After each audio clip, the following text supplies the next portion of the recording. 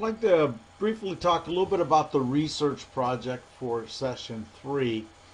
Really, it's not a very complicated project. The objective here is just to give you some insight in the kinds of information that you can get about the bonds that that your corporation maybe have issued or have on the books. So if you look at the research document, I want you to go to the FINRA org. And here's the FINRA org. You're going to go to Investors, going to go to Market Data, and then you want to go to Bonds. Now once you get to the bond section here, we need to find out or locate your corporation's bonds. Of course, we want to then click on the corporate radio button and put in your company's ticker symbol. So here we have, I'm going to put in the Coors ticker symbol. And what you can see here is Coors has only 3 bonds. And what I ask you to do in this is to explore the bonds that your company has. Now obviously Coors only has 3, so there's not a lot of exploration that we're going to actually have to do. But I ask you to do a couple of things. I ask you to sort by the largest coupon. So you find the coupon column and you want to click on the coupon, and when you click on it twice, it will sort it. If you notice, it has changed from the lowest. Now I want the largest coupon. So this bond has the highest coupon available for this company. Now it also turns out, with respect to Coors, that the next question is going to be the exact same data. So what I'd like you to do is you need to give me some information about Coors.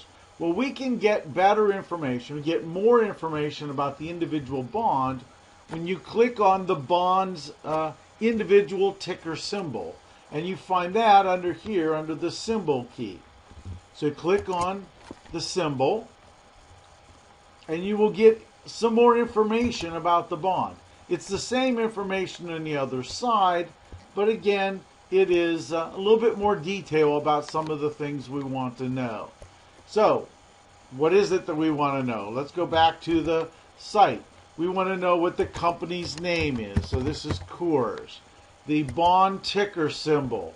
Again, we can get that, or I could have gotten that from that side before had I copied it. It's right here.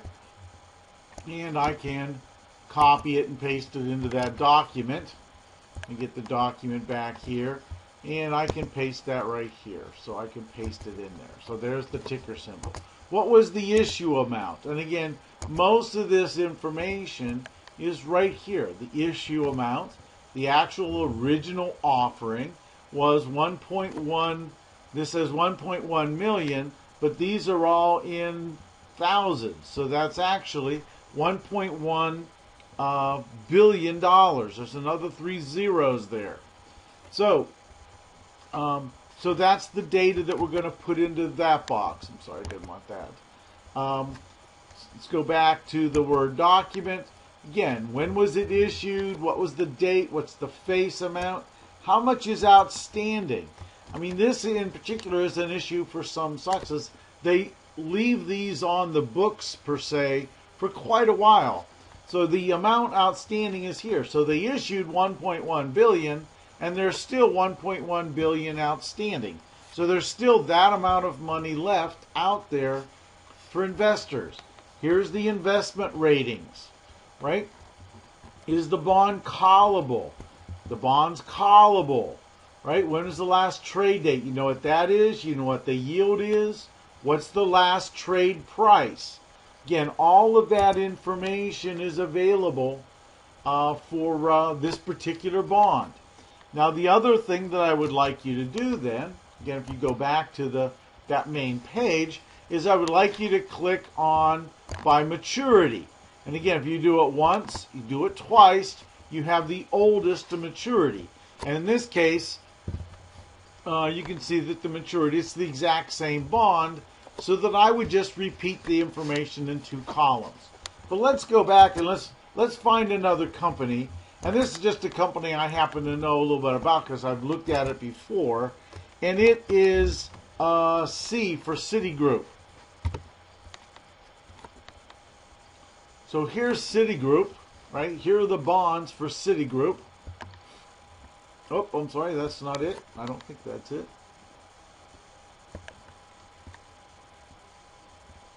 It is, I'm sorry. But if you go down to the bottom, look what you see. You see there are 21 pages.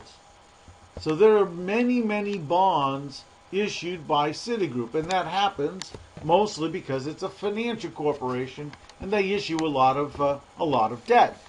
So again, you would repeat the same thing for them. You would sort by the coupon, and of course the highest coupon they have here, it's a 35% coupon. I've never heard of that before.